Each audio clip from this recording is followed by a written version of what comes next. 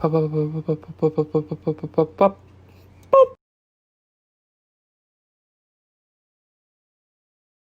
everyone and welcome back to Gear Up by Pahu's online virtual workshops.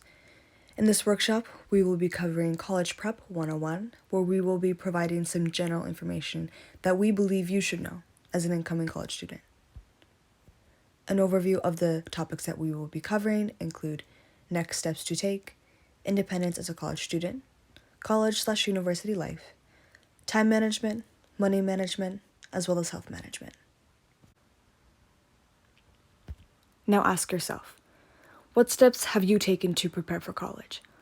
Well, there are many things to consider. Some crucial next steps include having a finalized decision made on the school that you wish to attend, along with doing the necessary things to secure enrollment.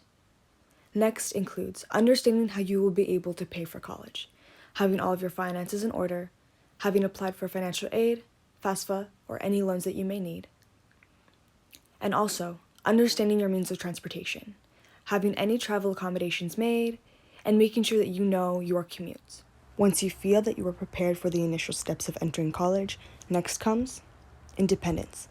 Thinking about independence as a college student now that you are entering a new phase in your life and potentially now living away from your parents. The first thing is housing.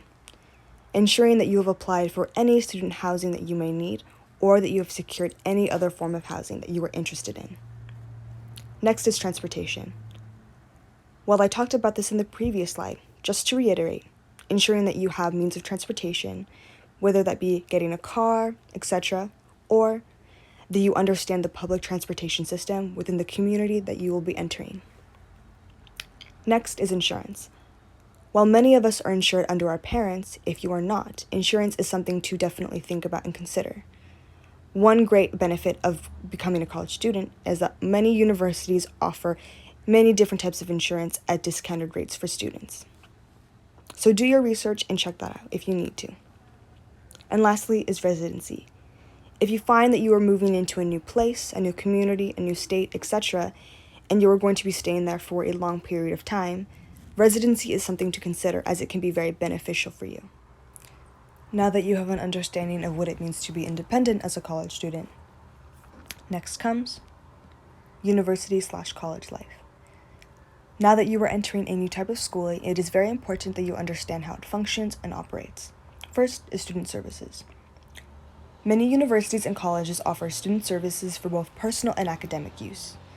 These services oftentimes come at free of charge, so please utilize these resources. Do the research to see what student services are available for you at your university or college. Next is navigating your school's campus.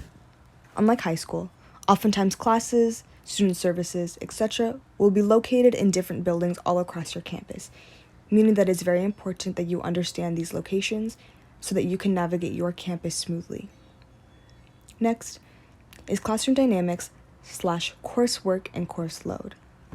The classroom dynamics are often very different than what you are used to in high school, and as a freshman, oftentimes your classes will be in a lecture style with an emphasis on testing versus homework.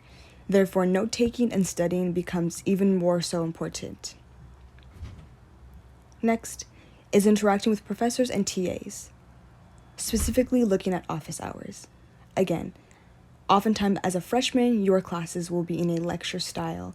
Therefore, you will have less time to interact with your professor or TAs on a more personable level for you to ask questions that you may have. Therefore, it is important that you understand office hours. Office hours are allotted times for you to go see your professor or TA for you to ask these important questions. Because you cannot ask them during class most of the time, it is important that you go to these office hours if you ever need assistance. Once you feel that you have a basic understanding of what university/college life will be like, next comes time management. Time management as a college student becomes especially important as now you are able to create your own schedule. First is managing class time, and with this also means including any outside classwork, group projects, or anything else that you may need to complete. As a freshman, oftentimes classes have mandatory attendance, meaning it is very important that you are able to go to these classes that you sign up for.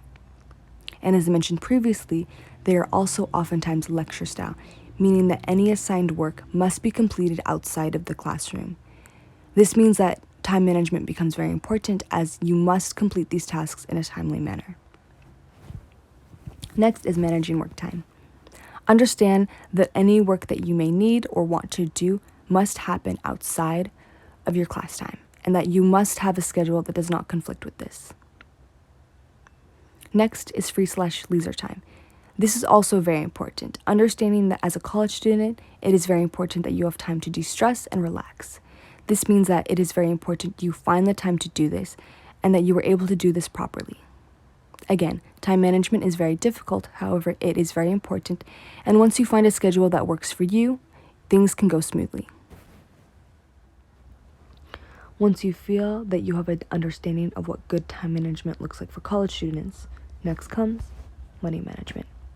As we all know, college and university is incredibly expensive. Therefore, it is very important that you understand how to manage your money properly. The first is understanding how or where you're getting your money, or if you need to, being able to work or getting a job if necessary. As reiterated before, applying for any financial aid or FAFSA that you may need, and also applying for any loans that you may need. Understand that loans should be a last resort option, but if you must apply for loans, that you should always apply for unsubsidized loans if you can. And last is understanding what services banks offer. Oftentimes, banks can offer different services that can aid you in being able to properly pay for your loans, whether it be different payment plans or anything else of the sort. So please understand what different services banks offer.